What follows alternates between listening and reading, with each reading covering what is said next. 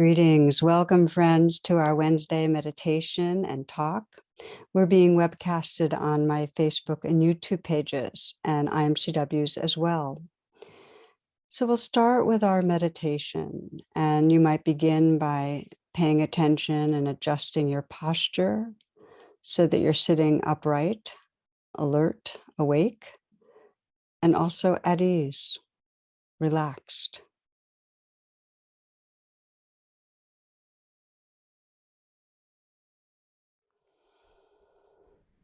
Take some moments as you settle in to just feel that you can let go of anything that wants to be more at ease through your body. Just scan and relax some. Your eyes might be closed or downcast. And take some moments to ground yourself. Just feel the weight of your body on this earth. The experience of gravity, of belonging to this earth. Sense a kind of safety. Some find it's helpful to imagine yourself as a mountain with that stability and strength. Surrounded by sky, there's room for the different weather systems that flow through.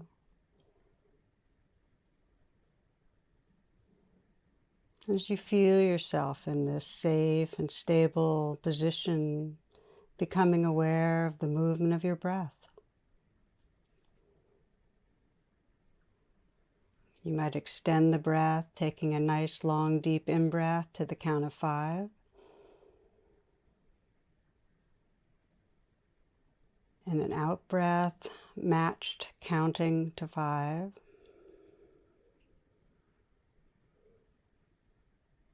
And again, breathing in, filling the chest and the lungs.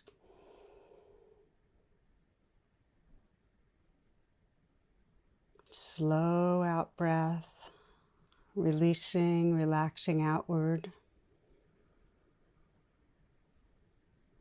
And once again, inhaling deeply.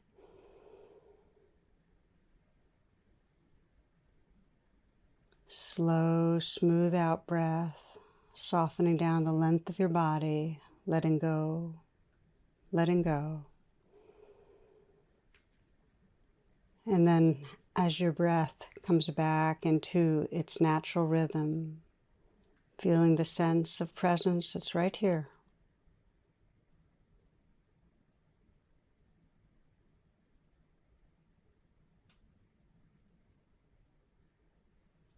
And deepening that presence as you scan through the body, perhaps softening the area around the eyes so the brow is smooth.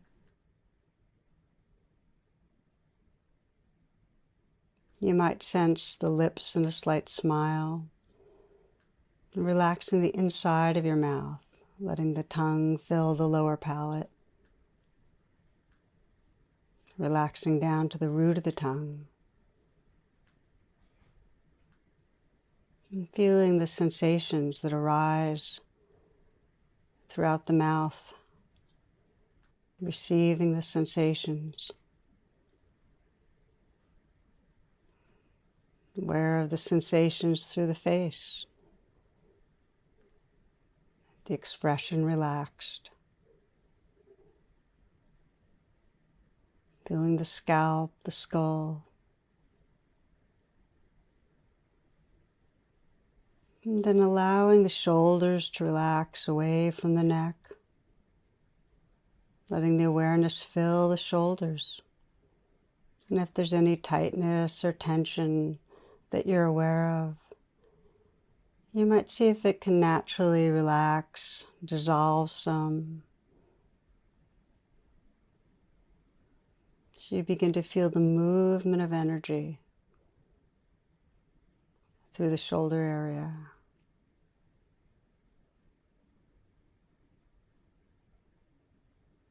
And feeling the movement and flow of energy through the arms, right down into the hands. You might explore relaxing, softening the hands, And then feeling from the inside out,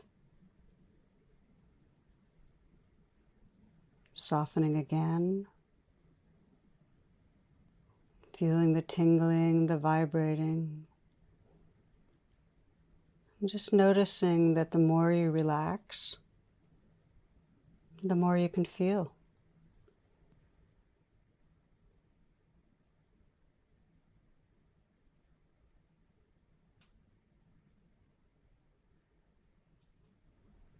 Aware of the chest and feeling from the inside out the area of the heart. Again, relaxing and opening to the sensations that are there.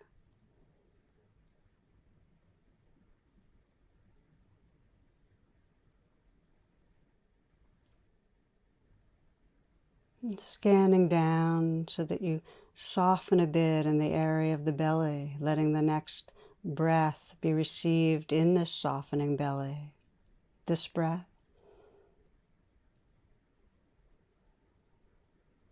And now this one. And again. So feelings of aliveness wake up deep into the torso,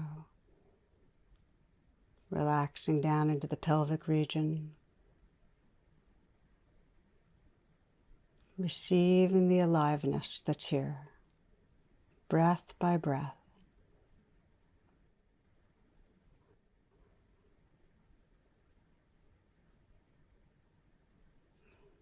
Aware of the sensations through the legs,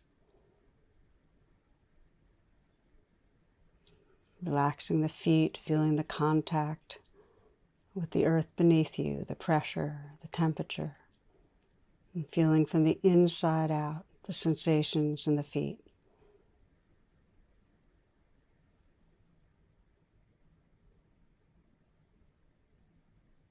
And then sensing that you can simultaneously feel all the sensations throughout the body.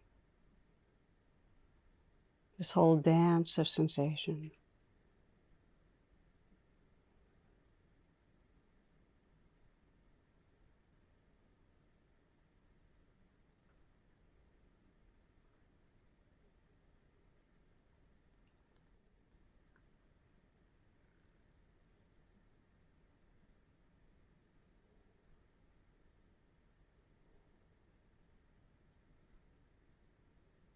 And again, discovering within this field of sensation the movement of the breath.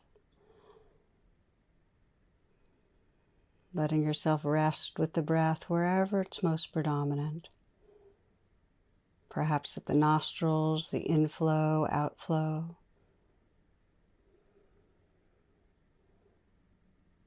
The rising, falling at the chest. Perhaps expanding and settling at the belly. Or maybe it's the feeling of the breath being received throughout the body.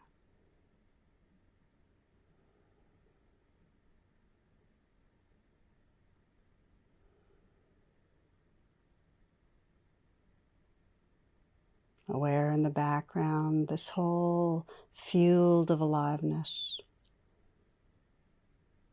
And the simple movement of the waves of the breath in the foreground.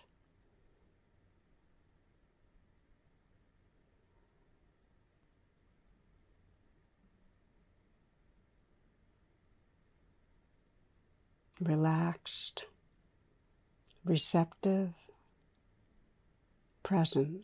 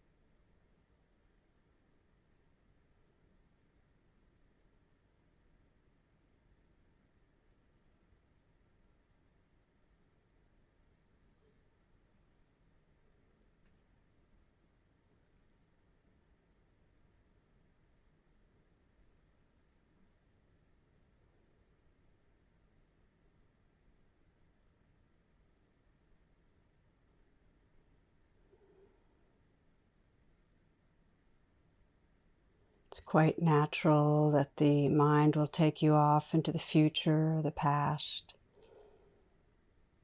And just let your intention be to relax back when you notice that. Come back to your senses, listening to the sounds that are right here.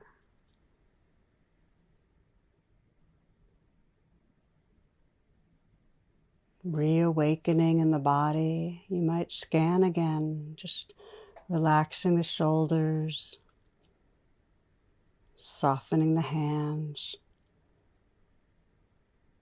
feeling the movement of the breath through the body, relaxing your heart, resting in what's right here.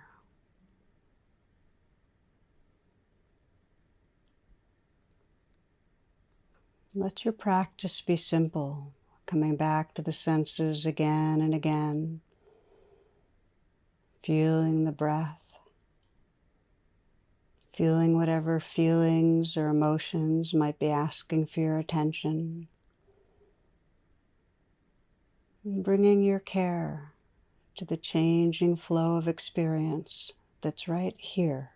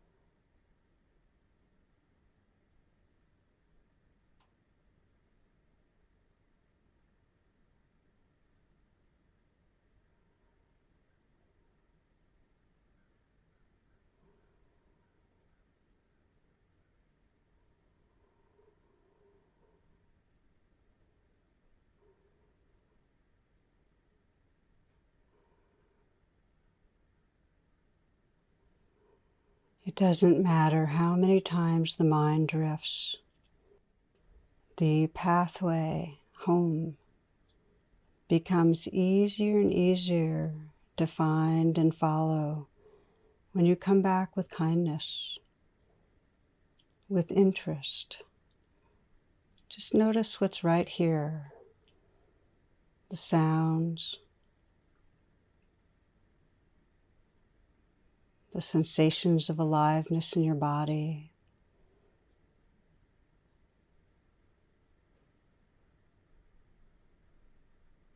Feeling the movement of the breath.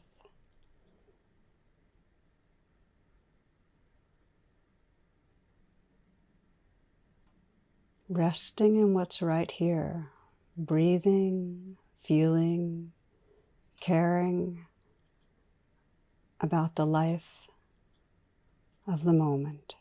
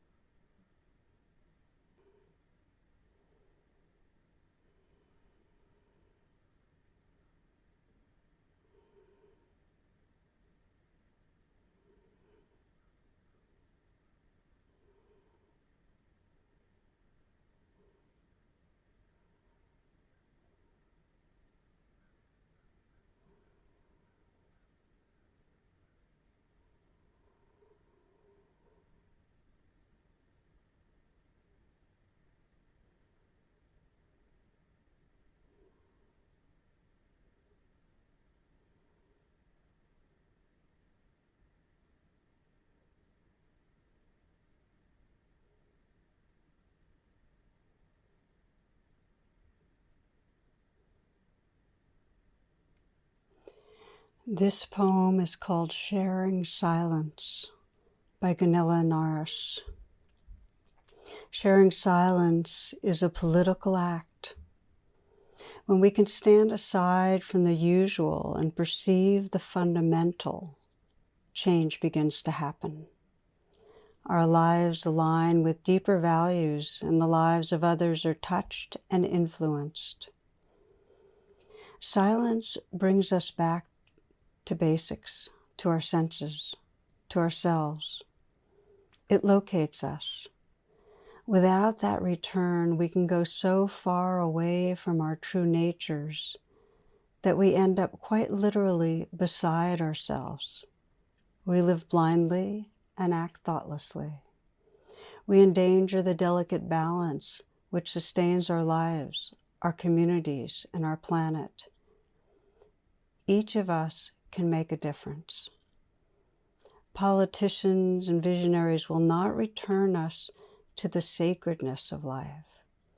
That will be done by ordinary people who together or alone can say, remember to breathe, remember to feel, remember to care.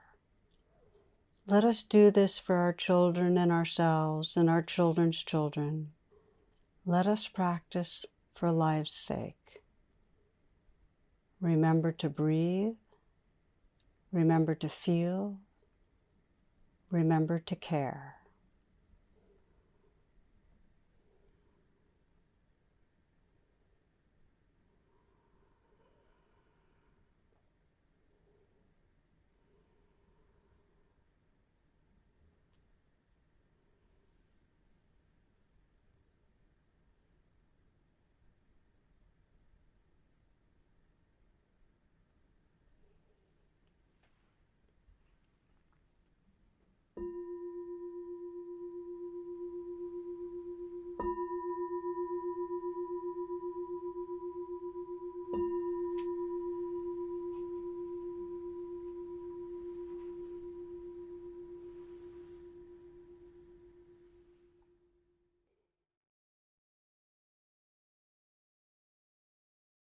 Gently making that transition from the formal practice into informal presence, being aware of what you're seeing, what you're hearing, feeling.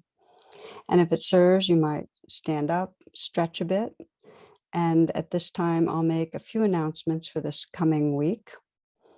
I invite you each week to check out tarabrach.com for my virtual offerings. And I want to remind you that on June 11th, we have our next satsang, which is the monthly gathering where we start and end with meditation. And in the midst, we have a chance to talk with each other, and I get to respond to different questions that come up. And it's quite a lovely, intimate, rich gathering. Please check IMCW.org for live stream offerings made available by our local DC area teachers. The affinity groups this coming week are Women, Military and Veterans, Teens of Color Mindfulness Group, Teens, Living with Mindfully with Illness Together, and the LGBTQIA plus SIT. We have a special event on Sunday, June 12th at 11 a.m. and that is teacher Joseph Goldstein, who's a wonderful teacher, will be part of the Second Sunday Dharma series. So to become part of that, it's registration at events.imcw.org. Each week we have a mindful dialogue after the talk, and I invite you to join in. It's a wonderful way of being part of the community and exploring your spiritual path with other people. And the call-in information is tarabrach.com/class. Finally, as most of you know, these teachings are offered freely, and your donations make a huge difference. So if you can offer the $10, that's great. It's fine to not offer anything or offer more, just to know that we really appreciate whatever you give. Okay, we'll take a few moments quiet and then move into this week's talk.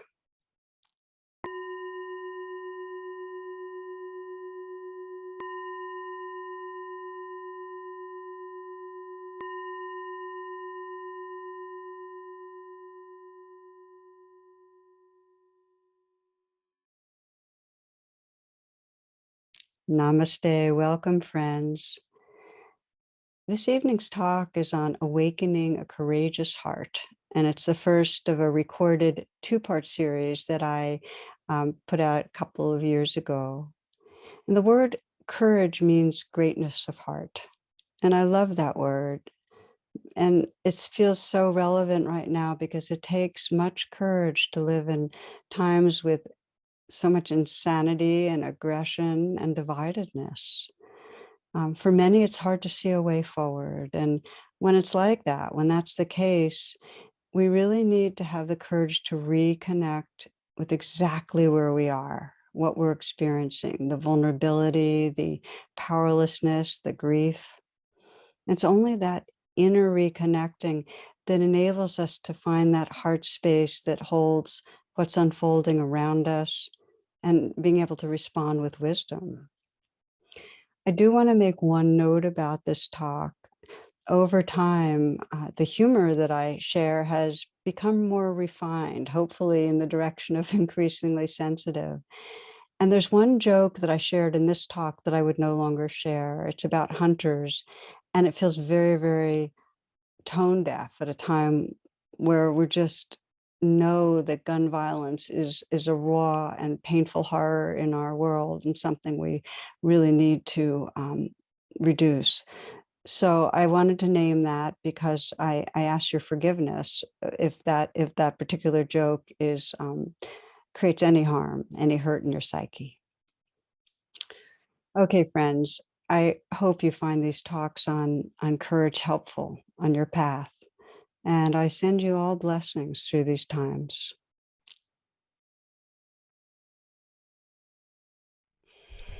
Namaste and welcome, friends. It's really lovely to be with you. Thank you so much for joining in. I know a lot of people were looking forward very much to 2021 as a relief from the suffering of 2020. And so here we are. And the wild ride continues onward. I heard an exchange between a patient and a doctor. The patient said, "Oh, doctor, I'm so nervous. This is my first operation." And the doctor's response was, "Don't worry, it's mine too." And it feels like that's kind of like our world right now, that those of us who are alive now have never been here before. There's just so much uncertainty in responding to pandemics and the violence of an attempted coup or government. And we're all trying to get our arms around and make sense of what's going on, which as I thought of it, brought to mind another story of a little boy who's asking his father, where does the wind come from? Father says, "I don't know." And then the boy says, "Well, why do dogs bark?" Father says, "I don't know." Then he says, "Well, why is the earth round?" And again, "I don't know." And then the boy says, "Dad, are you bothered that I'm asking you so many questions?" Father says, "No, not at all, son. Please ask. Otherwise, you'll never learn anything." So it feels really important right now to bring our curiosity to all that's happening, our care, not rely on answers, but really have the courage to live with the uncertainty that's here. I had a different talk planned for tonight. But given the events of last week and how much is really churning for so many people, I shifted gears. Um, don't worry, it won't just be a string of silly jokes, although maybe that would be probably the most healing thing we could have right now. So, as many of you know, I do offer this weekly satsang, which is a gathering each Saturday where we come together, we meditate, and then there are different questions that are on people's minds. And the first question that came up, I want to share with you, which is, how do we deal with our reactions to violence, to the loud, angry, hate-filled violence that we're experiencing in our midst? How do we work with the anger that comes up in us, the fear. And for this person, the question was not just about recent national events in the United States, but also how that anger and that fear comes up around, historically around what she called toxic masculine energy, the dominating, the oppressing in her personal life. So as we know, the expression of aggression and violence, it's not new suffering. It plays out in every continent. It's played out through this history of our species. And it's very public right now with last week's invasion of the Capitol by white supremacists incited by Trump. And there are many indicators that there's more violence to come. So the inquiry, how do we respond to this, but really to all expressions of hatred and violence and to the fears that come up in us? How do we work with that? Well, on an external level, clearly we do whatever we need to do to prevent more violence, to protect ourselves, protect the institutions of what we want to have as a democracy. We do what we need to do to work and contribute to really creating the world we believe in. But this question's an internal one, really. How do we work internally with what comes up? And especially when it feels so threatening. And during the satsang, there were about 600 people. I asked for a hand raise saying, how many are feeling anger, feeling fear right now, what's going on? And a lot of people, most people raised their hands. And I can speak personally that when I take in the particulars of this terrorist attack from last week, I really let it in and see the Confederate flags, in the Capitol building and the wooden gallows with the noose, lynching stand outside. It's like this horror, real revulsion and anger, and feeling of the other, the mob as enemy. All of that comes up in my body. So here's the challenge, that while that anger and while hating back actually is completely natural, we know that if we lock into that, if that becomes the habit and sustained, it just causes more harm to ourselves and to others. And we can see that in society. We also see it in our personal relationships when we lock into hatred and blame and anger. So this truth is found in the ancient Buddhist texts and in many faiths. And I think Martin Luther King spoke it most memorably recently, that hate cannot drive out hate. Only love can do that. Hate cannot drive out hate. Only love can do that. So you might be sensing your own reactions, wherever you live, to the cruelty and the bigotry and the violence, the losses that's caused in your own life and in others. It may be, for some of you, because this has been brought up so many times in satsang, the reaction to those who threaten you by not wearing a mask, or to those who subscribe to what seem like lies, and to those who are causing harm. And so what is the pathway from reactivity to love? What is the pathway? So this will be what we'll be exploring this week and next week. It's really about how do we cultivate a courageous compassion? How do we awaken through the vulnerability that's here? And our times are calling for courage. The word courage, it means greatness of heart. It's the greatness of heart that allows us to face what we fear, to stand in the fire of vulnerability. So it's really this willingness to feel what's difficult to feel. And that's going to be kind of at the center of what we're exploring, is how do we become willing and able to feel what habitually we don't want to feel, the vulnerability. And compassion is what arises when we do stand in that fire. Compassion, it's the transformation of vulnerability. We become incredibly tender and open. So compassion goes together with courage. When we have the courage to stay and open to what's difficult to feel, our heart's open. So while our focus will be on our individual practice, really how do we grow that courage and caring in relating to our inner life and relating to each other, this is the grounds for healing our world. So the good news is that our capacity to open to vulnerability and to cultivate compassion is in our wiring. It's an intrinsic part of our evolutionary unfolding. And there's been a lot of recent research that shows that if we're deliberate, we can actually train ourselves in a way that deepens and strengthens and enlarges compassion. We can actually train ourselves in a way that wakes up compassion. So compassion has two elements then. This is the alchemy of it. It's being touched by suffering and then responding with care.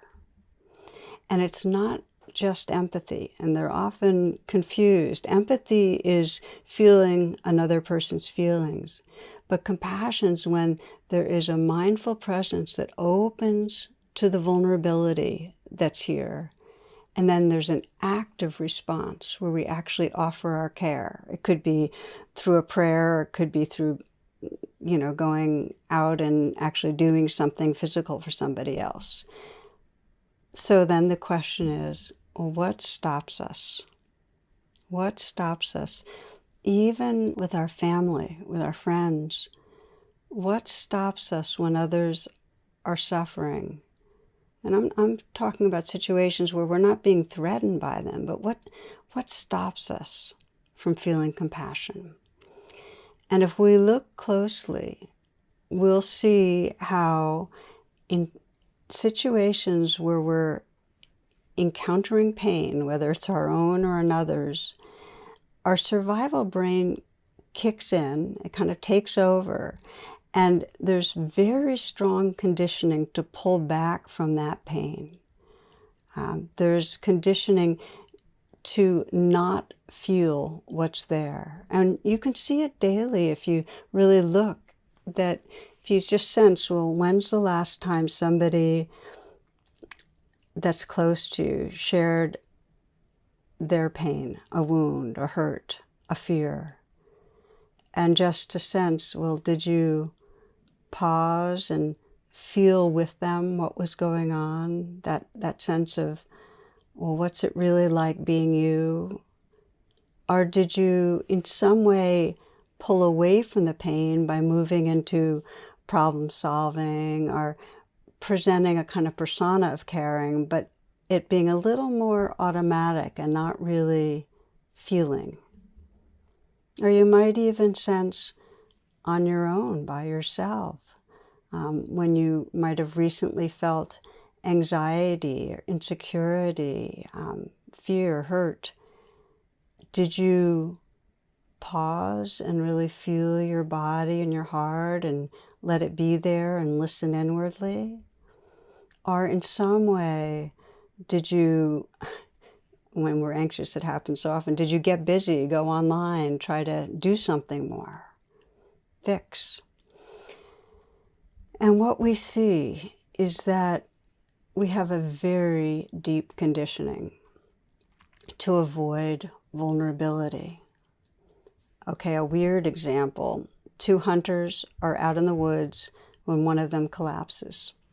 He doesn't seem to be breathing and his eyes are glazed.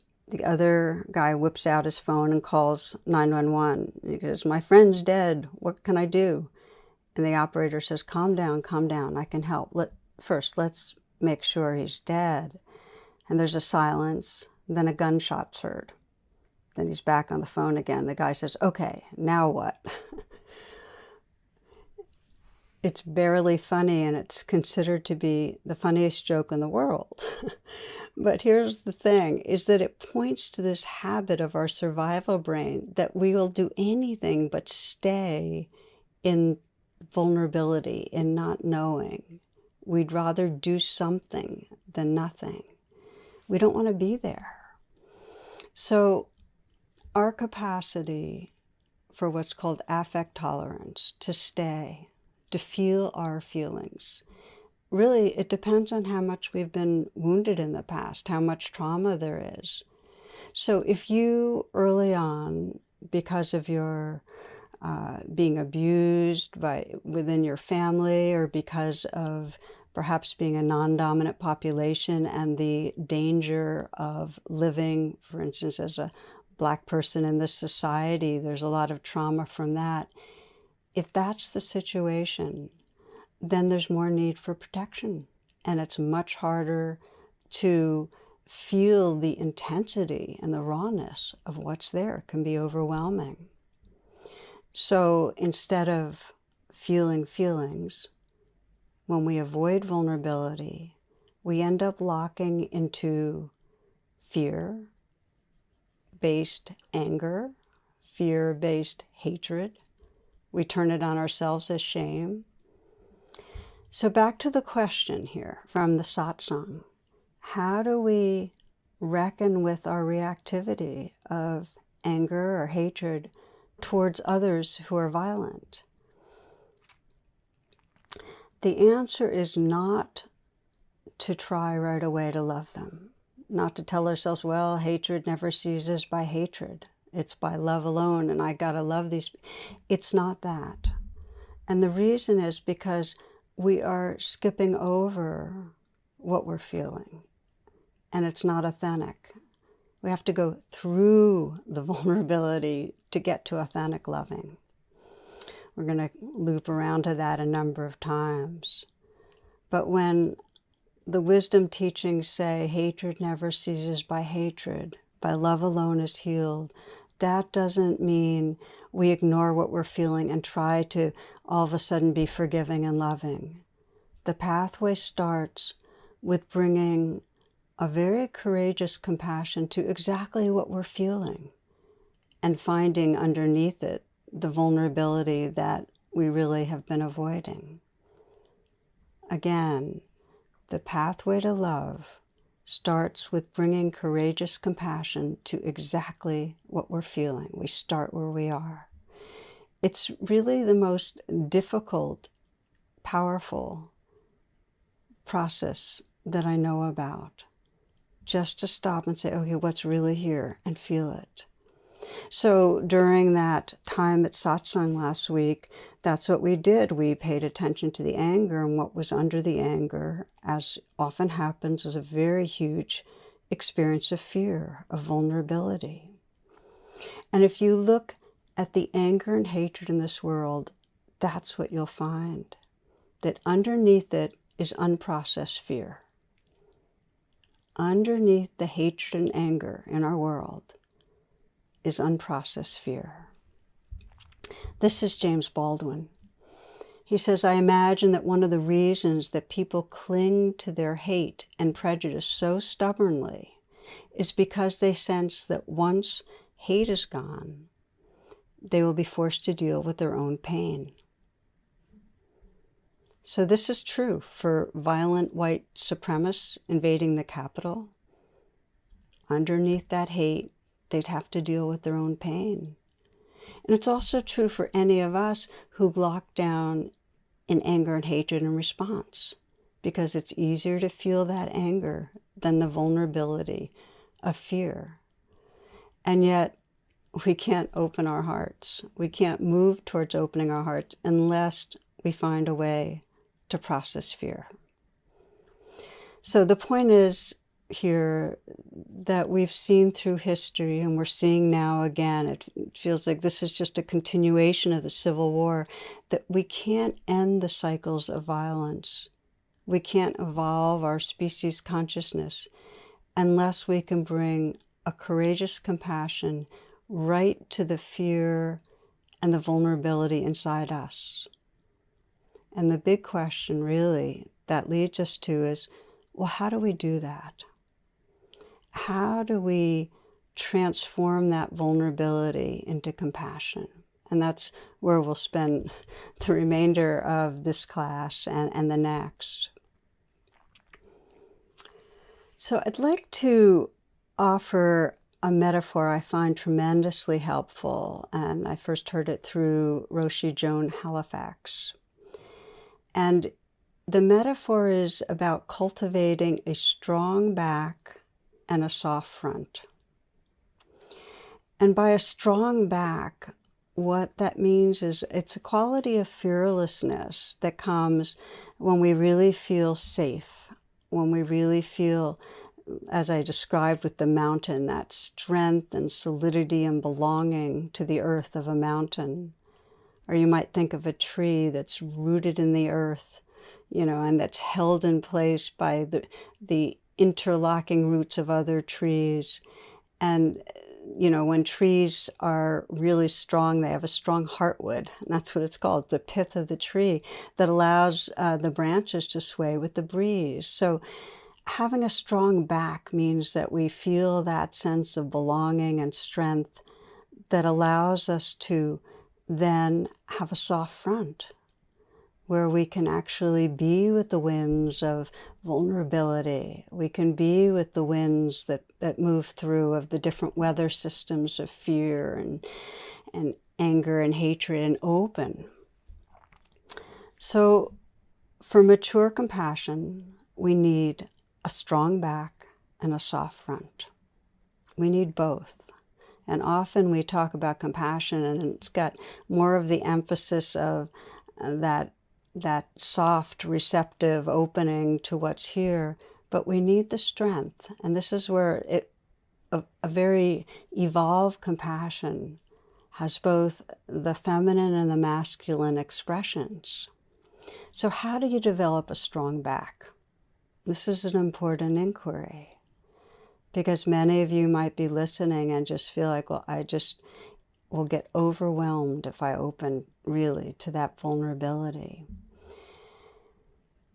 Whatever helps to connect you with a larger sense of belonging will strengthen that back. I'll mention some ways right now, and we'll practice a little together. One way, very physically, that gives us a sense of belonging is grounding, where we actually feel the weight of our body, feel where our feet are on the ground and our bottom is pressing against the chair, and let gravity help us to feel that we really are on this earth, part of this earth. The images that I've mentioned of that tree rooting in the earth and rising to the heavens can give a sense of belonging, or the mountain that is really the earth itself, in its majesty, just really resting in a balanced way, gives us strength for all the weather systems. A bit of a different way of finding that sense of belonging and safety when there's fear.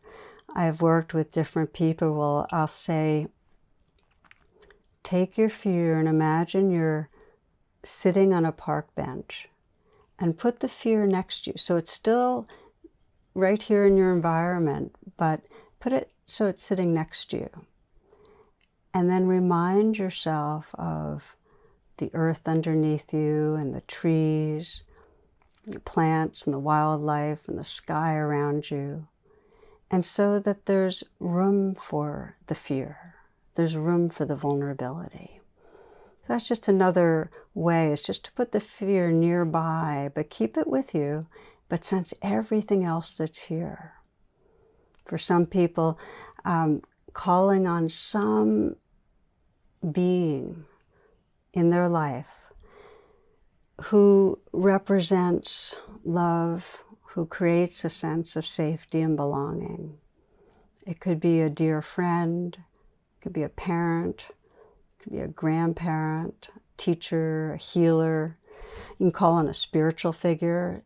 So that's in a way like really reconnecting with belonging through another being, our sense of universal love, that kind of formless that we intuit, that sometimes we don't have access to, but we intuit is there, that there's love in this universe. And then another way of feeling belonging is to remember that others feel this too.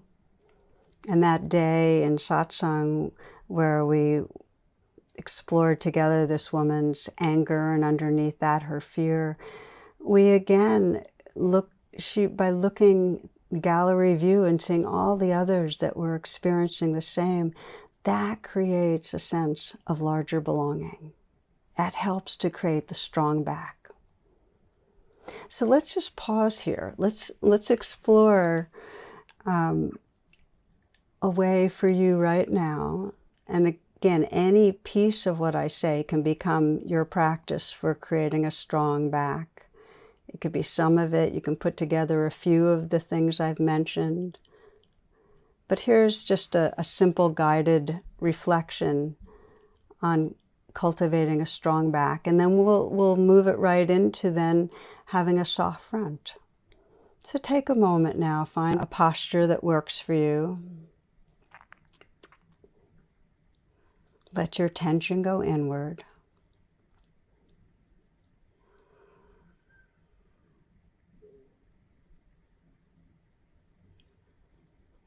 Be aware of sitting here breathing.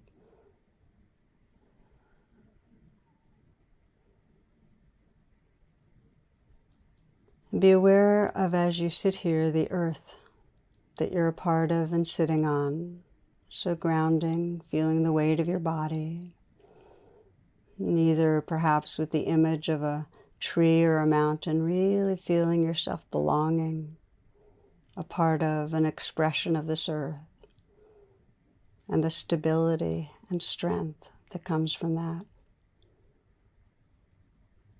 So the earth below you, and then sense the sky, vast sky above.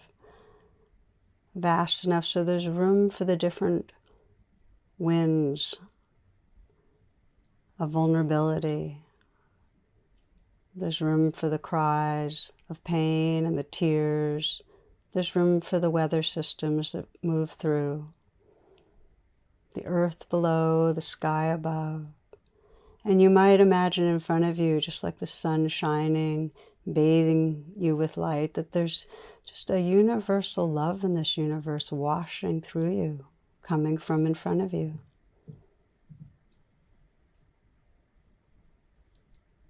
Let it in, and then feeling in the back, dear ones, you might bring to mind a few people in your life that you feel have your back. Just imagine them behind you.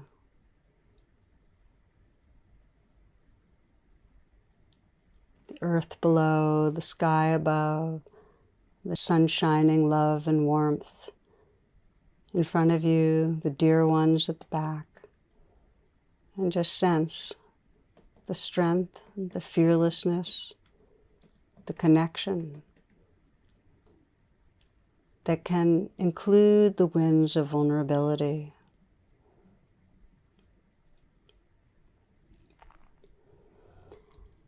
And then as you feel that and continue to come back again and again to that strong back, you can bring to mind something that brings up reactivity.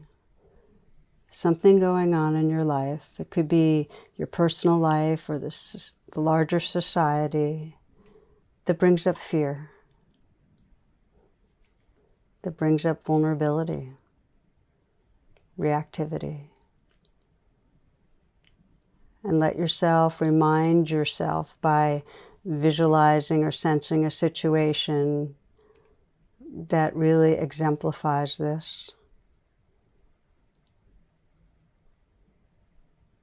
You might have an image in your mind. You might be hearing words in your mind.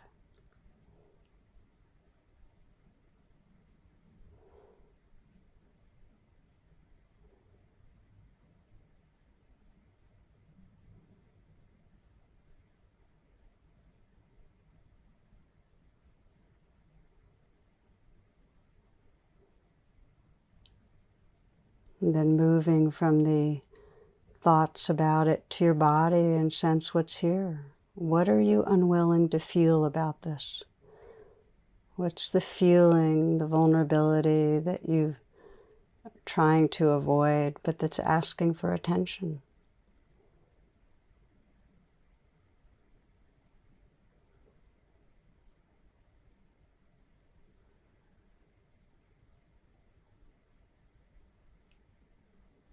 You might place your hand wherever you're feeling feelings the most, gently breathing with what's here and allowing yourself to feel right into the core of the vulnerability. As you do, if it helps, remember the strong back that allows you to be soft and receptive and open.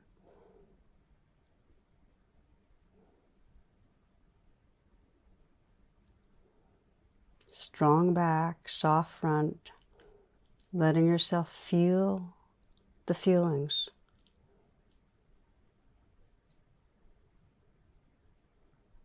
And if at any point it feels like too much, go back to the strong back. You can discontinue at any time that it feels overwhelming. But if you feel that you can, with the soft front, sense what that vulnerability most needs. How does it want you to be with it? What's the flavor of nurturing that it wants? You might sense that there are words, a message, a reminder that's healing to this vulnerable place.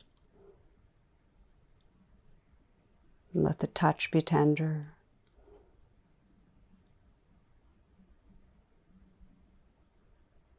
So you're feeling the vulnerability, the soft front, but you might even imagine that great sun, warmth, tenderness, love, bathing the vulnerability. Because when the strong back and the soft front are both here, there's pure tenderness.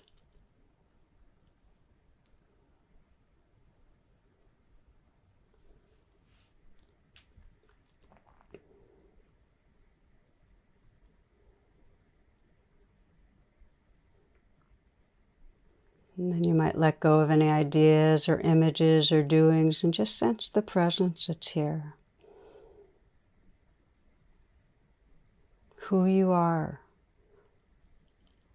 when there's a strong back, soft front, a compassionate, tender awareness.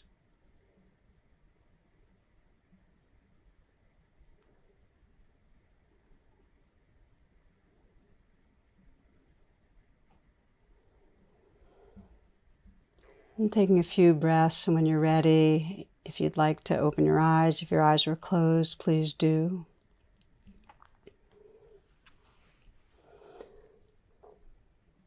The gift really of learning to bring compassion to the vulnerability that's here is it frees us to live our lives. There's a story that Rachel Naomi Remen shares. She's a doctor and author, wonderful, wise woman. And she talks about one of her patients. His name is Jeff, who she's described as one of the angriest patients she'd ever treated. He was very young, and he was an athlete and popular and handsome, and he had cancer, that's what it was. And he had to have his leg removed. And he came out of that surgery really, really angry. And at one point, she was working with him, and she asked him to draw a picture of his body, and he scribbled a vase with a large crack in it. And then he tore the paper up when he finished the drawing. So he continued to see her and worked with her and worked with being with what was really there. She kept the drawing. So after a while, he started asking about other young people that had lived with amputations. And then he began to attune to them, and he started more and more coming out of his anger. So Rachel just invited him to to volunteer and work with some of the young amputees.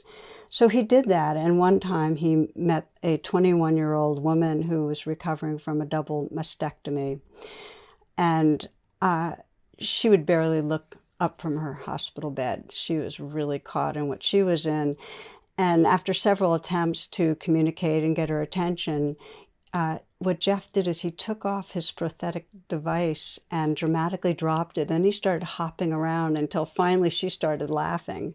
And she looked up and she said to him, "Fella, if you can dance, well, maybe I can sing." Well, he continued to visit her and help her. And it turns out years later they got married.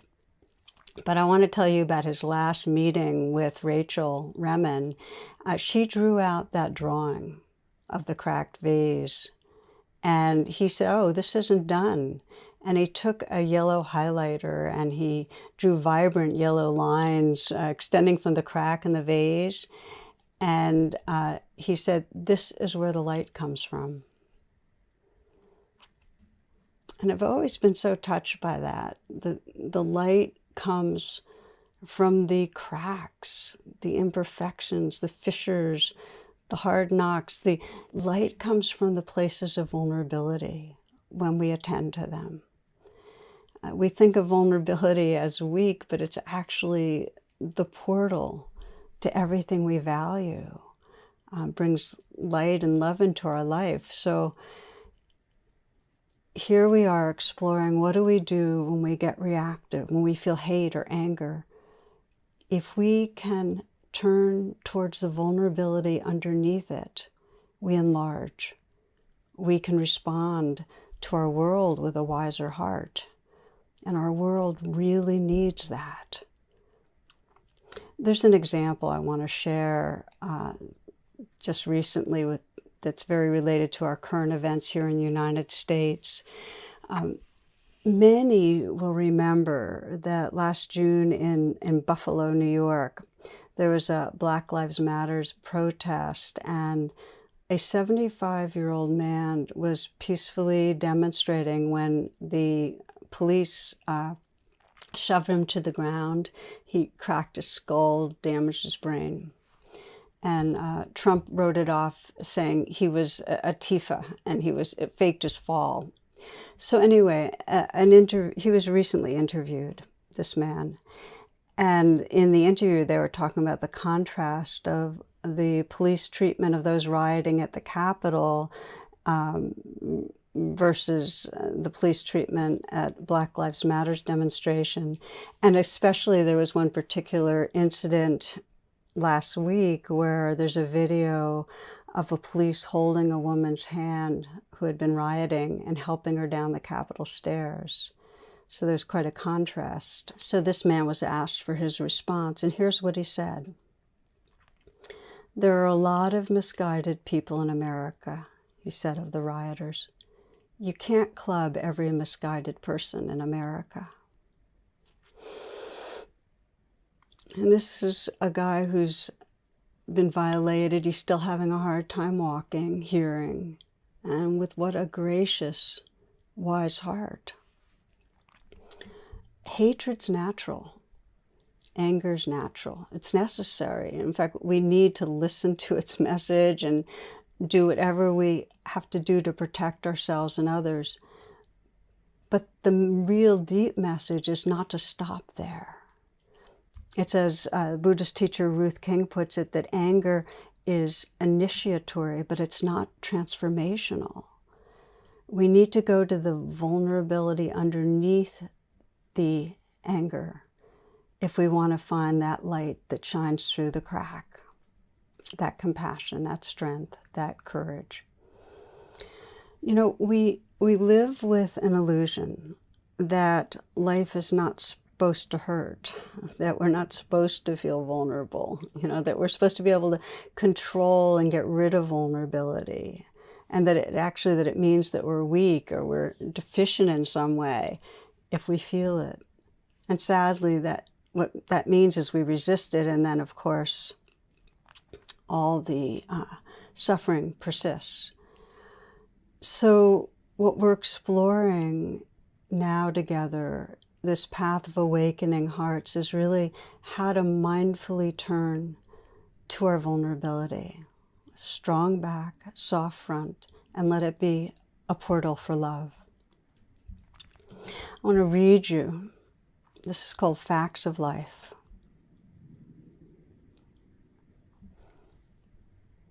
That you are born and you will die. That you will sometimes love enough and sometimes not. That you will lie, if only to yourself. That you will get tired. That you will learn most from the situations you did not choose. That there will be some things that move you more than you can say. That you will live. That you must be loved. That you will avoid questions most urgently in need of your attention. That you began as the fusion of a sperm and an egg of two people who once were strangers and may well still be. That life isn't fair. That life is sometimes good and sometimes better than good. That life is often not so good. That life is real, and if you can survive it, well, survive it well, with love and art and meaning given where meaning's scarce. That you will learn to live with regret, that you will learn to live with respect, that the structures that constrict you may not be permanently constraining, that you will probably be okay, that you must accept change before you die, but you will die anyway. So you might as well live, and you might as well love. You might as well love. You might as well love.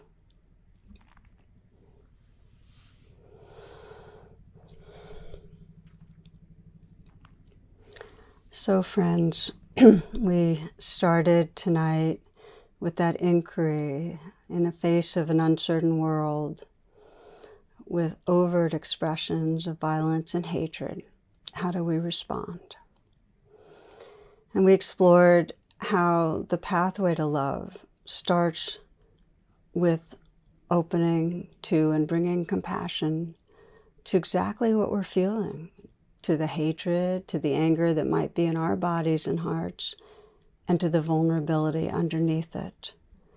And we explored the way we can do that by cultivating that strong back, that fearless belonging, and that soft front where we're willing to be touched by vulnerability and offer care. So we'll continue this next week. How do we keep strengthening that back and softening that front so that we can expand our compassion to really hold the world in our hearts? So let's close together in a simple way. Wherever you are, however you are, just take a moment again to bring the attention within.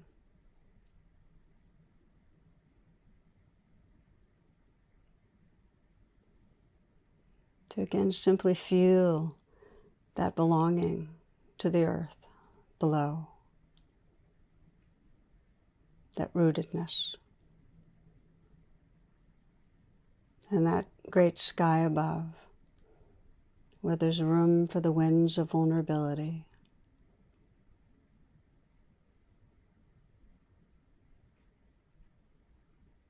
To sense the light of the sun and warmth of the sun as universal love washing you from the front. And to sense dear ones at the back. Fearless, connected, with space in your heart for the vulnerability that lives through each of us.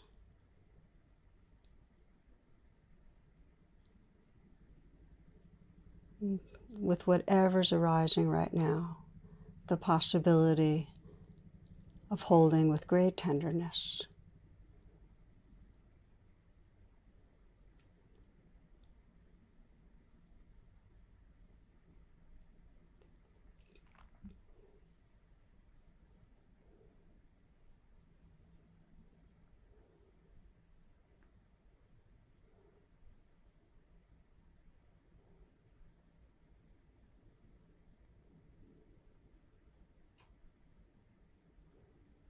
You are the earth, the sky, the universal loving that can meet tenderly whatever arises.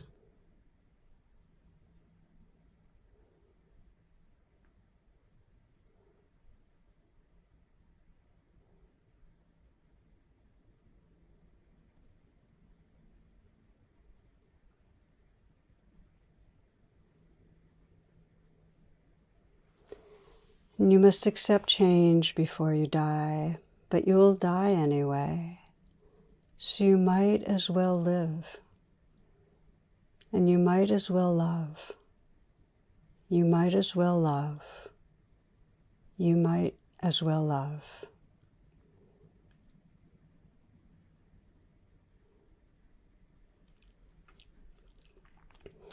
Thank you, friends, for your attention. Many blessings, and I'll see you next week.